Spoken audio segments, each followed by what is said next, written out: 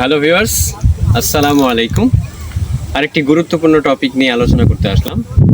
সেটা হচ্ছে যে আমাদেরকে লেখাপড়ার নাম করে এই যে অনার্স মাস্টার্স বা একটা দীর্ঘ সময় ধরে লেখাপড়া করার পরেও বলা হয় যে তুমি শুধু চাকরি করবা এবং যদি চাকরির জন্য লাগে বসে থাকবা, বসে বসে পড়াশোনা করবা। এতে আমাদের মধ্যে হতাশা নিয়ে পড়াশোনাও হয় না এবং প্রতি বছর বছর লক্ষ লক্ষ বেকার তৈরির একটা চমৎকার কারখানা হচ্ছে বিশ্ববিদ্যালয়।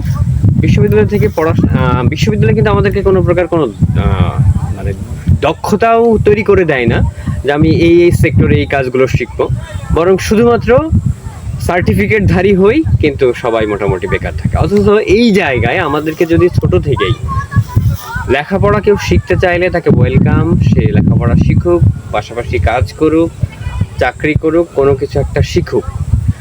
হ্যাঁ, কিন্তু তা না করে যখন আমরা শুধুমাত্র গতানুগতিক বইয়ের পড়া পড়ি, তাহলে হয় কি, শুধু বইয়ের পড়া পড়ে আমরা শুধু মুখস্থ করে যে বিদ্যাগুলো মাথায় থাকে, যতটুকু লিখিত যে পড়া এইটুকুই, এর বাইরে কিন্তু আমাদের নিজস্ব কোনো স্কিল তৈরি হয় না। না আমি ভালো কম্পিউটার পারি, না আমি হচ্ছে যে ভালো মেকানিক্যাল সাইডে কাজ করতে পারি, না আমি টিভি ফ্রিজ বা এসি ঠিক করতে পারি।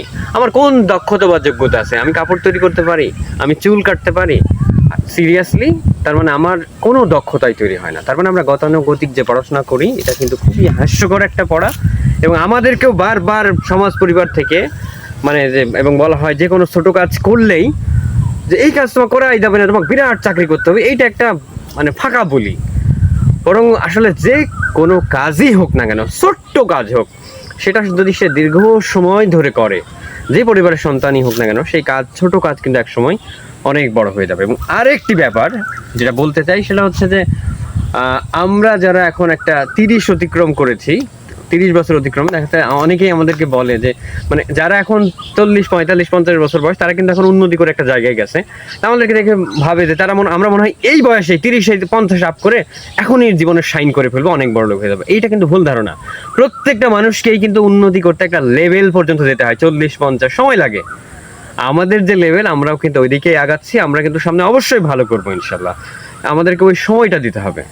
তো যার ফলে এই ফালতু সিস্টেমের মধ্যে কোনো কাজ না শিখে শুধু শুধু বসে থাকা, এটা বাদ দিতে হবে।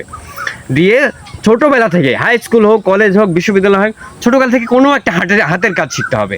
সেই কাজটাই দীর্ঘ সময় ধরে রাখতে হবে। এটা খুব ভালো আউটপুট আসবে, ভালো কিছু হবে ইনশাল্লাহ। ধন্যবাদ। আসসালামু আলাইকুম।